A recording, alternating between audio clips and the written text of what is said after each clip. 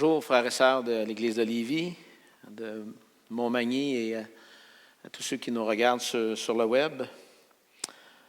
On en est à la deuxième partie d'un enseignement qu'on avait commencé qui touchait la prière dans le Nouveau Testament.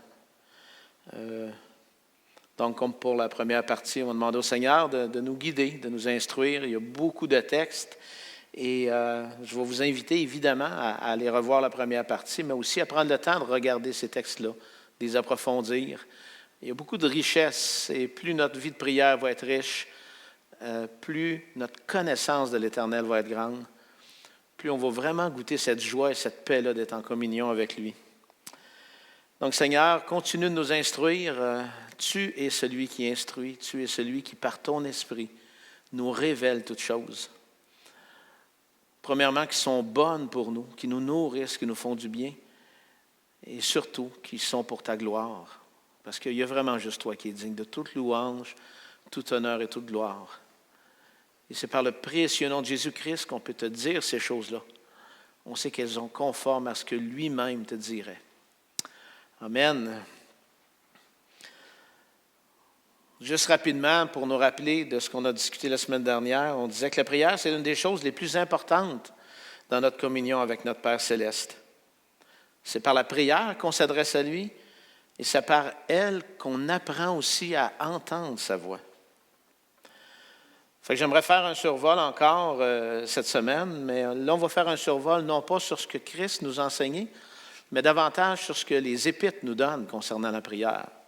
Donc, par Paul, dans plusieurs des textes, et par les apôtres aussi.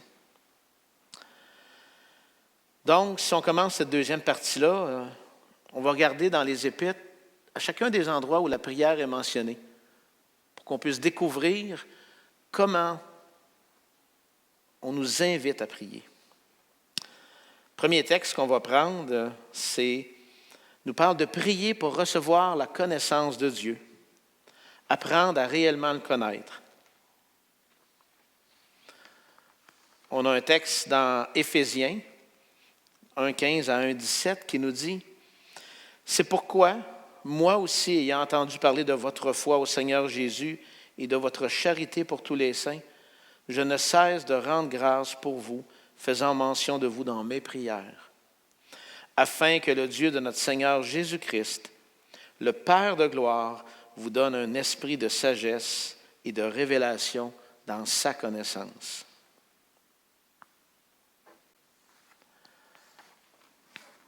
Il y a un texte dans Colossiens 1, 9 à 11 qui nous dit un peu la même chose. C'est pour cela que nous aussi, depuis le jour où nous en avons été informés, nous ne cessons de prier Dieu pour vous et de demander que vous soyez remplis de la connaissance de sa volonté en toute sagesse et intelligence spirituelle, pour marcher d'une manière digne du Seigneur et lui être entièrement agréable, portant des fruits en toutes sortes de bonnes œuvres et croissant par la connaissance de Dieu. Fortifié à tous égards par sa puissance glorieuse, en sorte que vous soyez toujours et avec joie, persévérants et patients. Et finalement, il y a un troisième texte qui nous dit, Philippiens 1, 9 à 11, « Et ce que je demande dans mes prières, c'est que votre amour augmente de plus en plus en connaissance et en pleine intelligence, pour le discernement des choses les meilleures, afin que vous soyez purs et irréprochables pour le jour de Christ, remplis du fruit de justice qui est par Jésus-Christ à la gloire et à la louange de Dieu. » Dans ces trois textes-là, on voit Paul s'adresser à l'Église d'Éphèse, aux Colossiens, aux Philippiens, et évidemment à tous les chrétiens. Il leur dit qu'il prie pour eux afin qu'ils ne cessent de grandir dans la connaissance de Dieu. Pour Paul, cette connaissance de Dieu les fera croître, ainsi ils seront en mesure de porter les fruits à la gloire de Dieu. Paul est vraiment conscient que sans cette connaissance qui nous sanctifie, nous purifie et nous fortifie, nous ne pourrons grandir pour devenir purs et irréprochables pour le jour de Christ. De tous les textes pour moi, on va lire dans la prière. J'ai eu le temps d'y méditer un peu plus. Je vous dirais que la question de la connaissance de Dieu est celle qui m'interpelle le plus. Sans la connaissance, celle qui nous est révélée par le Père, on peut tellement marcher, croyant être dans la lumière, mais au contraire, marcher selon nos propres voies dans les ténèbres. Fait que je pense qu'on n'insistera jamais assez pour que chacun des enfants du Seigneur continue de chercher à connaître l'Éternel. Et même en le cherchant toute notre vie, on ne le connaîtra jamais comme il veut être connu. Il y a un deuxième texte qui nous est donné concernant la prière. Et ça parle de prier pour être transformé à l'image de Christ, donc grandir en maturité. 2 Corinthiens 13, 9 nous dit « Nous nous réjouissons lorsque nous sommes faibles, tandis que vous êtes forts, et ce que nous demandons dans nos prières, c'est votre perfectionnement. »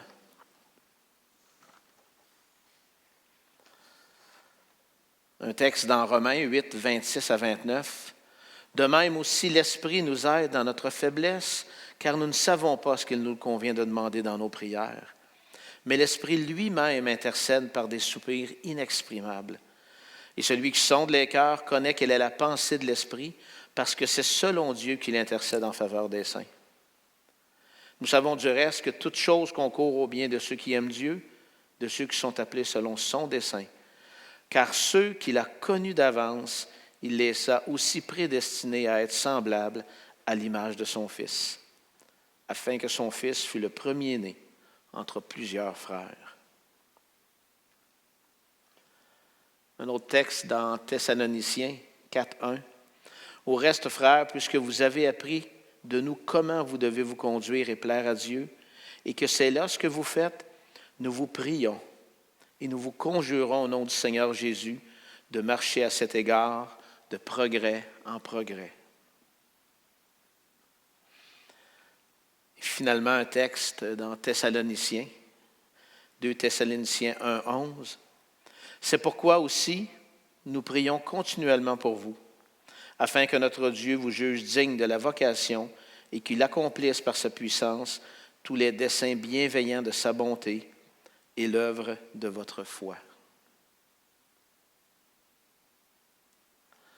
Paul répète encore une fois dans ses lettres, il dit à tous ces frères-là qu'il prie pour eux. Il demande que par l'Esprit Saint, ils se laissent transformer à l'image de Christ et qu'ils puissent ainsi marcher de progrès en progrès. Le Père pourra ainsi accomplir dans la vie de chaque croyant, par sa puissance, tous les desseins bienveillants de sa bonté, par l'œuvre de notre foi.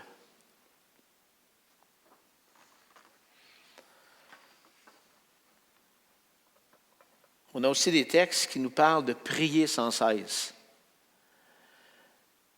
Prier sans cesse, demeurer dans un esprit de prière en tout temps. Éphésiens 6, 18. « Faites en tout temps, par l'Esprit, toutes sortes de prières et de supplications. Veillez à cela avec une entière persévérance et priez pour tous les saints. » 1 Thessaloniciens 5, 17 nous dit « Priez sans cesse. » Colossiens 4, 2. « Persévérez dans la prière, veillez-y avec action de grâce. » Et finalement, dans Romains 12, 12, « Réjouissez-vous en espérance, soyez patients dans l'affliction et persévérez dans la prière. » Encore Paul, qui invite tous les chrétiens à veiller et à persévérer dans la prière. Dans le fond, il nous invite et il nous exhorte à demeurer dans cet esprit en tout temps. Ce que Paul nous dit, c'est gardez votre esprit captif en Jésus-Christ. Et captif, c'est prisonnier. Paul nous dit demeurez prisonnier de la pensée de Christ. Et si vous êtes là, vous serez ainsi constamment en prière Et ce quoi que vous fassiez. Demeurer dans un esprit de prière, ce n'est pas demeurer à genoux 24 heures sur 24, c'est demeurer prisonnier dans notre pensée de l'Esprit de Christ. Et quoi qu'on fasse. Un autre texte nous dit, priez pour ne pas demeurer dans l'inquiétude, tout remettre entre ses mains. Philippiens 4, 6, 7. Ne vous inquiétez de rien, mais en toute chose, faites connaître vos besoins à Dieu par des prières et des supplications avec des actions de grâce. Et la paix de Dieu qui surpasse toute intelligence gardera vos cœurs et vos pensées en Jésus-Christ. Vous savez, Paul ne nous dit pas qu'on ne s'inquiétera jamais. Ce serait illusoire. Mais Paul nous dit, demeurez pas dans l'inquiétude. De ne pas demeurer dans cet esprit-là. Comment? Mais il dit en faisant connaître toutes choses à votre Père céleste. Et la façon de le faire connaître, c'est par la prière, par notre façon de l'exprimer à notre Père qui entend. Et il dit en lui adressant des sujets de reconnaissance pour tout ce qu'il fait déjà dans vos vies. Le plus grand moyen d'être libre de ce qui nous inquiète, c'est d'élever à notre Père des sujets de reconnaissance pour tout ce qu'on voit d'autre que le Père fait pour nous. Paul nous dit qu'en agissant ici, la paix de notre Père céleste nous accompagnera en gardant nos cœurs et nos pensées en Jésus-Christ.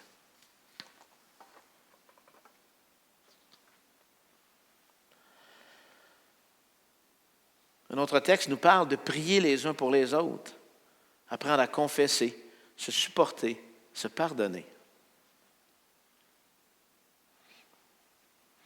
Jacques 5,16 nous dit « Confessez donc vos péchés les uns aux autres et priez les uns pour les autres, afin que vous soyez guéris. » La prière fervente du juste a une grande efficacité. Un autre texte dans 1 Thessaloniciens 5,14. Nous vous en prions aussi, frères, avertissez ceux qui vivent dans le désordre, consolez ceux qui sont abattus, supportez les faibles, usez de patience envers tous. Dans Colossiens 4,12, Épaphras, qui est des vôtres, vous salue. Serviteur de Jésus-Christ, il ne cesse de combattre pour vous dans ses prières, afin que, parfait et pleinement persuadé, vous persistiez dans une entière soumission à la volonté de Dieu.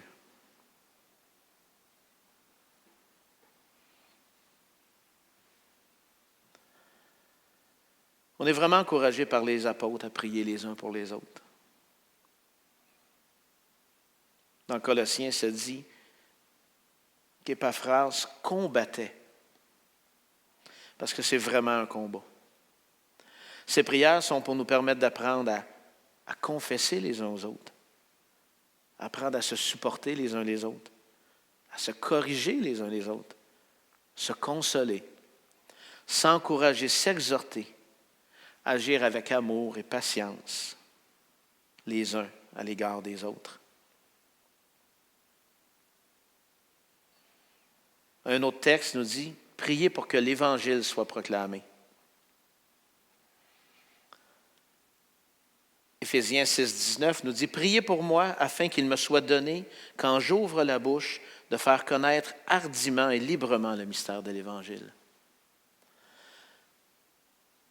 Colossiens 4, 3 « Priez en même temps pour nous, afin que Dieu nous ouvre une porte pour la parole, en sorte que je puisse annoncer le mystère de Christ, pour lequel je suis dans les chaînes. » 2 Thessaloniciens 3, 1. « Au reste, frères, priez pour nous, afin que la parole du Seigneur se répande et soit glorifiée comme elle l'est chez vous. »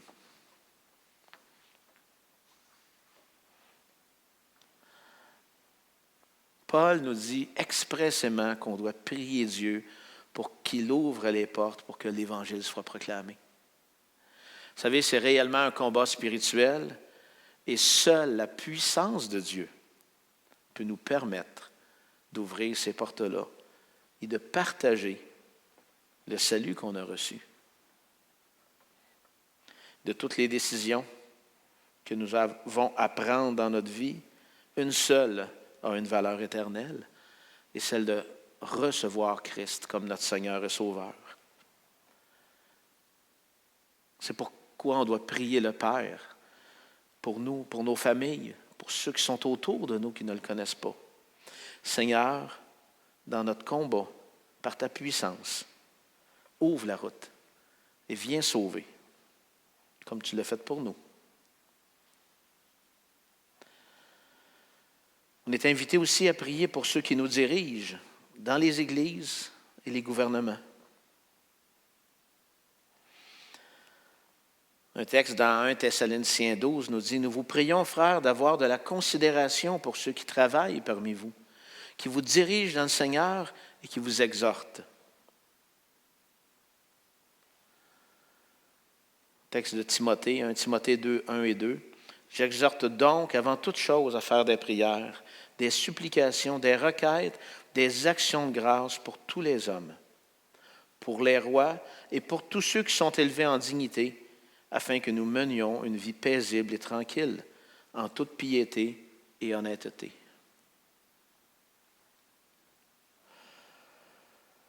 On est vraiment invité à prier pour ceux qui paissent le troupeau de Dieu, pour qu'il leur soit donné de le faire avec amour et selon la parole de vérité, car ils ont la responsabilité de bien conduire ceux que le Seigneur place autour d'eux. On doit aussi prier pour ceux qui dirigent, ceux qui sont au pouvoir dans les gouvernements. On sait que notre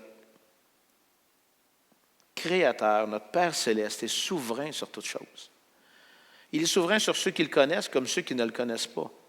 On est invité à prier pour les gouvernements pour que la paix dans laquelle nous, particulièrement, nous vivons, puisse demeurer et qu'on puisse continuer de célébrer notre Seigneur librement.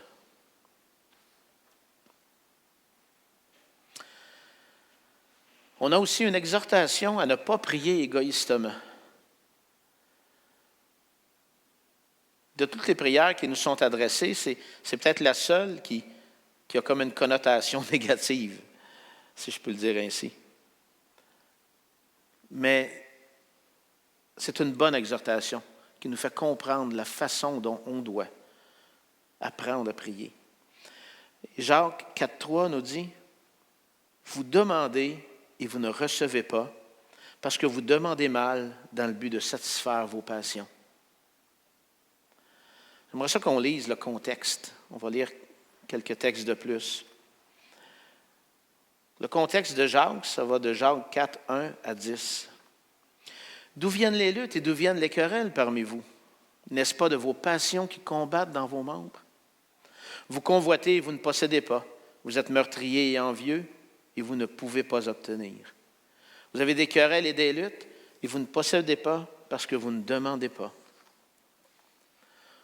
Vous demandez et vous ne recevez pas parce que vous demandez mal dans le but de satisfaire vos passions.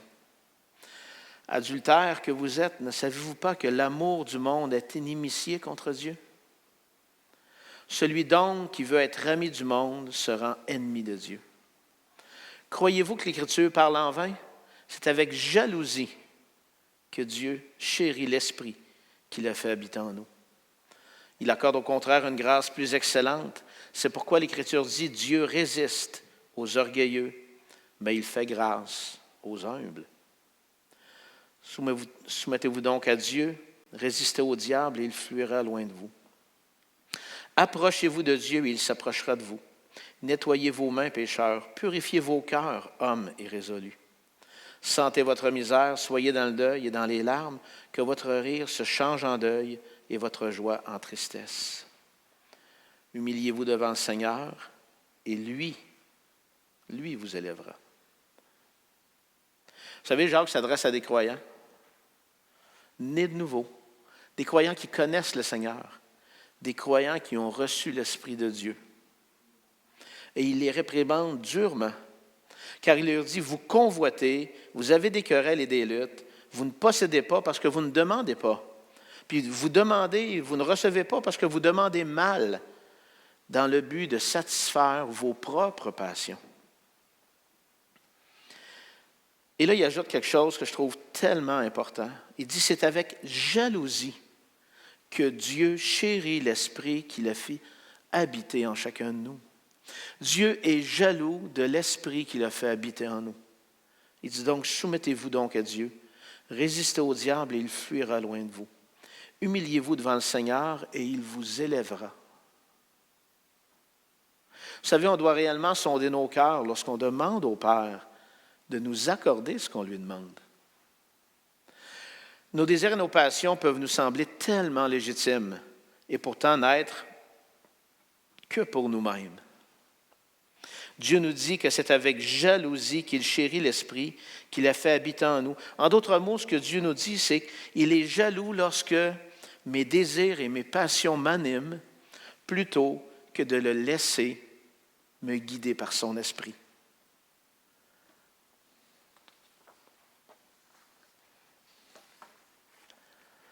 Jacques nous invite donc à s'approcher de notre Père en lavant nos mains, en purifiant nos cœurs, en s'humiliant devant le Roi des rois, car c'est ainsi que nous connaîtrons réellement si ce que nous demandons est conforme à la volonté de notre Père.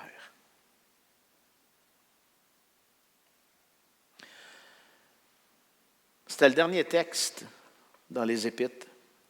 J'aimerais terminer l'enseignement avec peut-être, je dis une proposition, c'est peut-être pas le bon mot, mais avec une façon dont on peut continuer d'apprendre. Et je dis bien continuer d'apprendre parce qu'on ne cessera jamais d'apprendre concernant tout ce que la prière peut nous donner. Et pour que ça nous aide dans notre vie de prière. Le psaume 143:8 nous dit « Fais-moi dès le matin entendre ta bonté, car je me confie en toi. Fais-moi connaître le chemin où je dois marcher, car j'élève à toi mon âme. » Vous savez, dans ce psaume, le psalmiste nous invite à faire deux choses. Premièrement, il nous dit « dès le matin ». Donc, aussitôt que nos yeux s'ouvrent, que notre esprit est prêt à s'agiter, il nous dit « tourne-toi vers l'Éternel, viens dans sa présence, jusqu'à ce que tu puisses dire « Seigneur, tu es là, je goûte ta présence, parce que c'est avec toi que je veux commencer ma journée. » Pourquoi? Parce qu'il dit « car en toi je me confie. » Seigneur, si c'est en toi que je me confie, mais j'ai besoin de commencer ma journée avec toi. Et la deuxième chose qu'il nous dit, il dit de demander à l'Éternel de nous faire connaître sa volonté. Car c'est sur cette route qu'on veut marcher. Pourquoi je veux marcher sur cette route-là? Parce que c'est vers lui que s'élèvent tous les désirs de mon âme. Je trouve que ce psaume-là résume à lui seul pratiquement tout ce que devrait être notre vie de prière. Seigneur, je veux, en commençant ma journée, m'assurer que ta présence est là, que je la ressens. Et Seigneur, dans tout ce que je ferai aujourd'hui, je veux marcher avec toi, parce que c'est ta volonté que je veux accomplir. Un psaume si petit, mais qui en dit tellement. Vous savez, si on connaît que peu l'Éternel, nos prières n'auront que peu d'efficacité. Si on prie l'Éternel pour qu'il accomplisse notre volonté, on va toujours être dans l'attente. Si on ne marche pas dans la volonté de l'Éternel, nos œuvres n'auront jamais la puissance de l'Éternel. Comment donc en arriver à une vie de prière de plus en plus riche? Comment réussir à dire, Seigneur, aujourd'hui j'ai une vie de prière, mais demain j'en veux une plus grande. Je vais être encore plus près de toi. Goûter cette joie-là, ce bonheur-là. Vous savez, ce n'est pas si compliqué que ça. La première chose, c'est ce que le psalmiste vient de nous dire. Cherchons premièrement sa présence. Demandons-lui humblement de nous permettre d'élever nos âmes. Seigneur, mes yeux s'ouvrent ce matin, jusqu'à ce que je goûte ta présence. Laisse-moi là. Seigneur, je veux pouvoir sentir que tu es à côté de moi, que tu vas marcher avec moi. Seigneur, montre-moi ce que je ne vois pas. si l'Éternel ne nous révèle pas les profondeurs de notre cœur, on ne les verra jamais. Et vous savez, la croix est là pour ça. À chaque matin, Seigneur, y a-t-il quelque chose qui serait en moi que j'ai retenu, que je ne vois même pas, qui pourrait m'empêcher d'être en communion avec toi? Seigneur, montre-le-moi que je le confesse, parce que c'est dans ma communion avec toi que je veux vivre. Et le trône de sa grâce, de commencer le matin, notre esprit en un instant s'agite et peut nous amener à gauche, à droite. Seigneur, je ne veux pas que mon esprit s'agite. Je dépose au pied de ton trône mes soucis, mes inquiétudes, mes fardeaux, car tu en prends soin. C'est exactement ce que les prières qu'on a vues du Seigneur disent. Cherchez premièrement le royaume et la justice de Dieu, et toutes choses vous seront données par-dessus. Quand on arrive en sa présence, cherchez à élever son nom. Seigneur, je sens que tu es là. Je vais juste prendre un psaume. Puis il y a tellement de psaumes à la gloire de Dieu.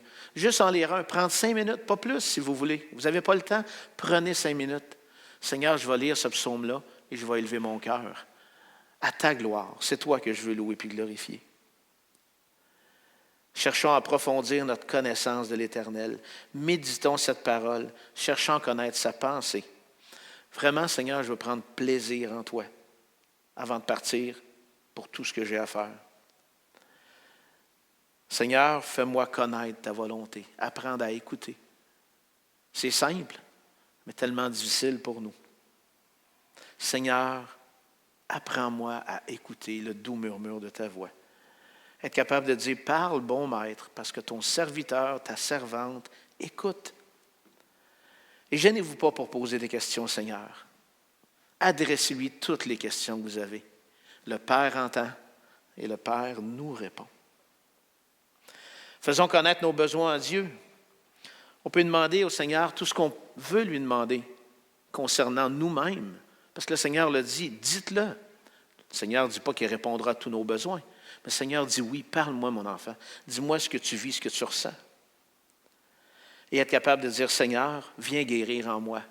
Avant même de guérir quelque chose de physique, guéris-moi spirituellement, Seigneur, de ce qui pourrait m'accabler et me troubler. Parce que notre Père veut ça. Il veut notre liberté. Il veut notre guérison. Intercéder pour les autres pendant la journée. Seigneur, mon esprit est captif en Jésus-Christ. Si tu as quelqu'un que tu amènes à mes pensées, fais-moi prier pour lui. Dans tout ce que je fais, Seigneur, fais-moi agir comme toi tu le veux. Vous savez, de cette façon-là, qui est quand même assez simple dans ce que je viens de vous dire, ça nous garde dans un esprit de prière, où on demande consciemment à notre Père de nous accompagner chaque jour, chaque moment, chaque instant de nos vies. Et dans chacune des décisions, aussi banales qu'elles puissent vous sembler, Dieu veut prendre part dans chacune des décisions de nos vies, parce que Dieu nous guide et nous dirige dans ces choses-là. Pour moi, le vivre comme ça, c'est plus un fardeau. Ce n'est pas un fardeau de prier. Ce n'est pas un fardeau de prendre un peu de temps pour lire la parole puis élever mon Seigneur. Ce n'est pas un fardeau parce que je marche avec lui. J'arrive que je tombe, assurément. J'arrive que dans mes décisions et dans ma façon de faire les choses, je peux oublier. Puis là, je dis, Seigneur, ramène-moi. Ramène-moi avec toi, parce que c'est là qui est ma paix, qui est mon repos, puis qui est ma joie. Vous savez que finalement, demeurant dans cet esprit, on réalise qu'à travers notre quotidien, on prie sans cesse et on veille. Que le Seigneur vous permette de vivre cette réalité-là dans vos vies. De vivre, prier sans cesse et veiller. Avec la simplicité d'un enfant qui va vers son Père et qui lui dit, Seigneur, aujourd'hui, je marche encore avec toi. Amen. Que le Seigneur vous bénisse abondamment.